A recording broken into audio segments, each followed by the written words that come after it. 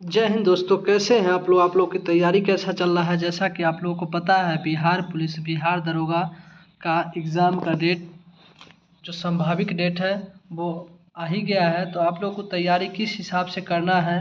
अब अंतिम क्षण है, अंतिम क्षण में ज़्यादा टाइम वेस्ट न करते हुए जितना क्वेश्चन अटैम्प्ट करने की मौका मिले उतना ज़्यादा क्वेश्चन को अटैम्प्ट कीजिए।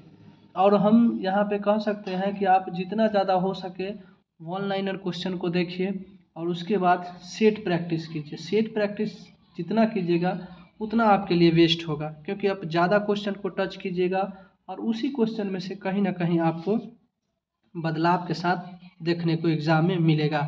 तो हम आज आपको जो है भारत में यूरोपीय कंपनी का आगमन अर्थात आधुनिक भारत का जो शुरुआती पेज होता है, जहां से हम लोग भारत में कंपनियों का आगमन देखेंगे कि किस हिसाब से कंपनी का आगमन और किस किस डेट में होता है। तो आइए हम क्वेश्चन नंबर फर्स्ट को देखते हैं। वास्को डिगामा भारत में कब और कहां पहुंचा था। क्वेश्चन पूछ रहा है कि वास्को डिगामा भारत में कब और कहां पहुंचा था। तो दोस्तों इसका जो आंसर होगा, इसका आंसर देखिए क्या है। वन लाइनर में है तो क्वेश्चन में है जो वास्को डिगामा कब और कहां पहुंचा था, तो यह जो है 7 मई 1498 को पश्चिमी तट कालीकट केरल में पहुंचा था। कब पहुंचा था, तो 7 मई 1498 को पश्चिम तट कालीकट में पहुंचा था। क्वेश्चन नंबर 2 बोल रहा है वास्को डिगामा के सहयोगी, वास्को डिगामा के पथ प्रदर्शक सहयोगी यानी रास्ता दिखाने वाला, गाइड करने वाला कौन थे और वह कहाँ के थे। तो ये जो थे अब्दुल मनीद थे और यह गुजरात के थे। तो ये भी क्वेश्चन बहुत इंपॉर्टेंट है। ठीक है, क्वेश्चन नंबर 3 बोलता है कि भारत में प्रथम पुर्तगाली वायसराय बनकर कौन आया तथा कब तक इसका कार्यकाल था। कब तक इसका कार्यकाल था, तो ये जो था 505 में फ्रांसिस्को डी अल्मीडा आया और फ्रांसिस्को डी अल्मीडा का कार्यकाल 505 से 509 था। जो फ्रांसिस्को डी अल्मीडा था इसके बाद ही अल्बुकर्क आता है। अल्बुकर्क का कार्यकाल 509 से 515 तक रहता है। बोला है अब question number 4 Alfonso de Albuquerque Bharat में पुर्तगालियों का वायसराय बनकर कब आया और उसने किससे गोवा को जीता अर्थात छीना था। तो अल्बुकर्क जो है भारत में कब आया था, तो अल्बुकर्क भारत में कब आया था और उसके बाद किससे, तो ये अल्बुकर्क जो है भारत में पुर्तगालियों का वायसराय बनकर कब बना था, तो 1509 में बना था और किससे गोवा छीना था।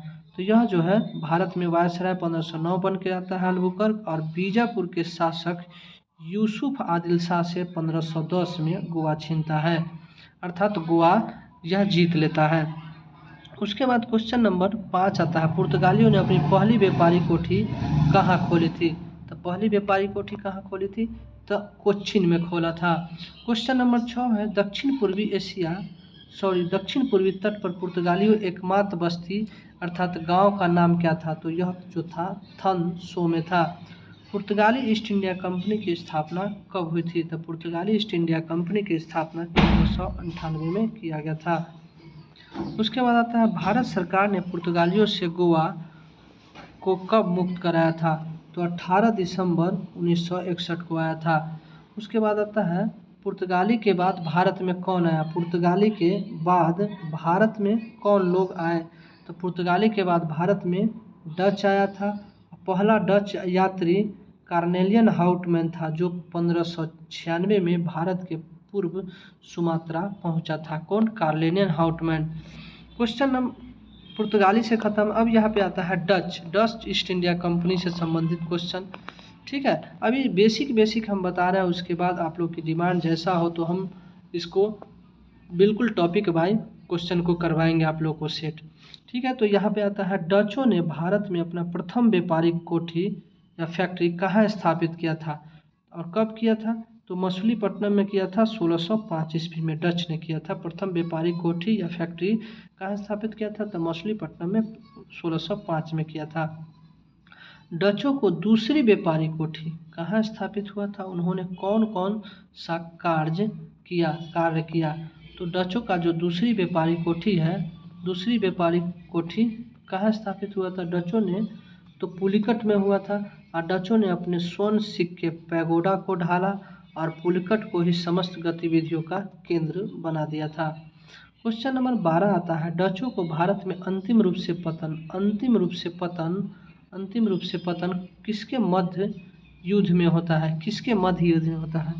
तो 1759 में वेदरा के युद्ध जो अंग्रेज और डचों के बीच होता है, इसी में डचों का अंतिम रूप से भारत में पतन हो जाता है। तो वेदरा का युद्ध कब हुआ था? तो 1759 में किसके बीच? तो अंग्रेज और डचों के बीच हो जाता है।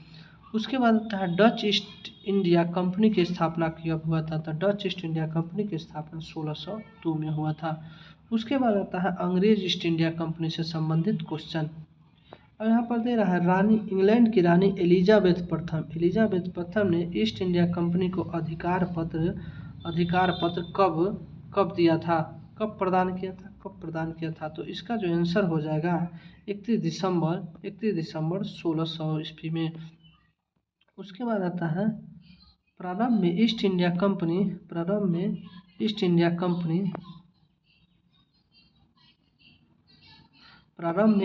कंपनी में 217 साझेदारी थे और पहला गवर्नर कौन था? तो टॉमस स्मिथ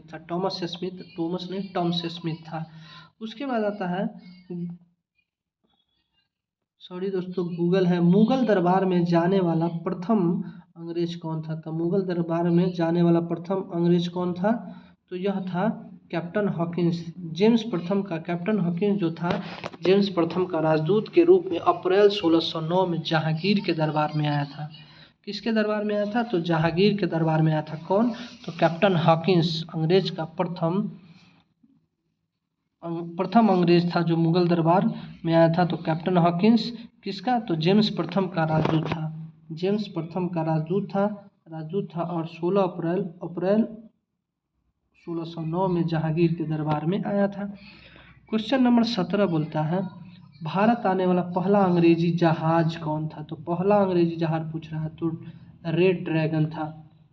क्वेश्चन नंबर 18 बोल रहा है सर्वप्रथम अंग्रेज ने अपना व्यापारी कोठी कब और किस स्थान पर स्थापित किया था? अपना व्यापारी कोठी कब और किस स्थान पर?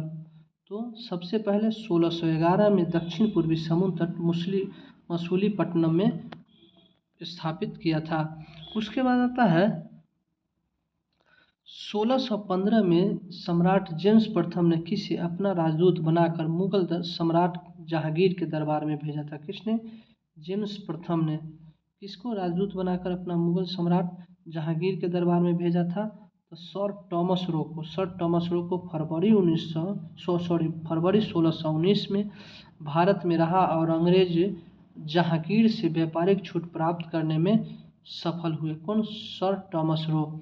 उसके बाद आता है क्वेश्चन नंबर 20 अंग्रेज ने पश्चिमी तट का मुख्यालय सूरत से हटाकर बम्बई को कब बनाया था? तो 1887 ईस्वी में बनाया था।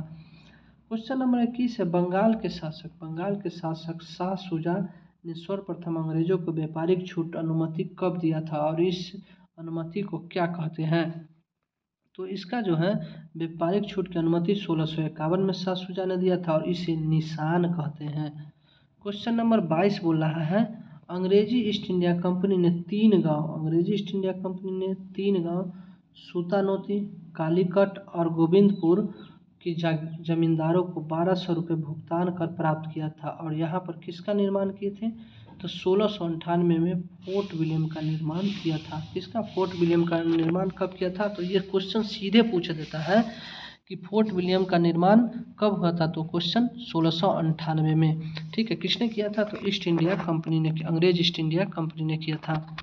उसके बाद आता है क्वेश्चन फोर्ट विलियम के प्रथम प्रेसिडेंट कौन हुए? तो चार्ल्स आयर फोर्ट विलियम के प्रथम प्रेसिडेंट हुए।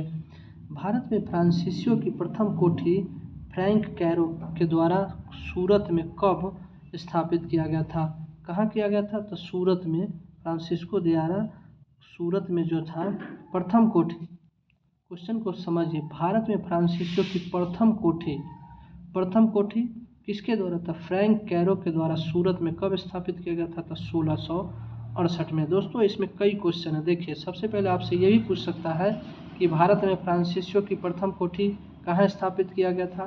तो सूरत में। भारत में फ्रांसीसियो ने प्रथम कोठी सूरत में किसके द्वारा स्थापित किया गया? तो फ्रैंक कैरो के द्वारा स्थापित किया था। भारत में फ्रांसीसियो के प्रथम कोठी फ्रैंक कैरो के द्वारा सूरत में कब स्थापित किया गया था? तो 1668 में। इसमें 3 क्वेश्चन, एक क्वेश्चन से 3 क्वेश्चन बन रहा है, तो आप रिलेट करके पढ़ने की कोशिश कीजिए। क्वेश्चन ऑटोमेटिक आएगा। ऑस्ट्रेलिया के उत्तराधिकारी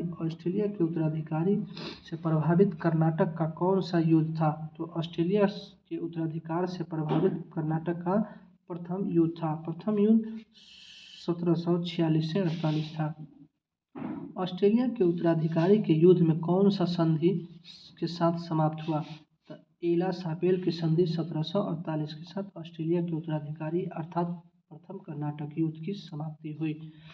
उसके बाद क्वेश्चन नंबर दूसरा आता है, दूसरा कर्नाटक युद्ध। दूसरा कर्नाटक युद्ध कब हुआ और इसमें किसकी हार हुई? तो दूसरा कर्नाटक युद्ध 1749 से 54 में हुआ, जिसमें Francisco governor Dupleix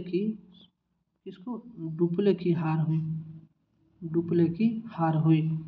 question number 28 आता है और इस वीडियो का अंतिम क्वेश्चन है, दूसरा कर्नाटक युद्ध विराम कब हुआ और किस संधि के साथ हुआ?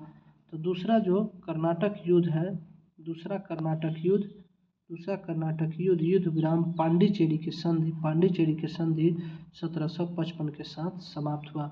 तो दोस्तों, ये आपको आज का जो मॉडर्न हिस्ट्री का कंपनियों का आगमन से रिलेटेड क्वेश्चन है, आप लोगों को कैसा लगा?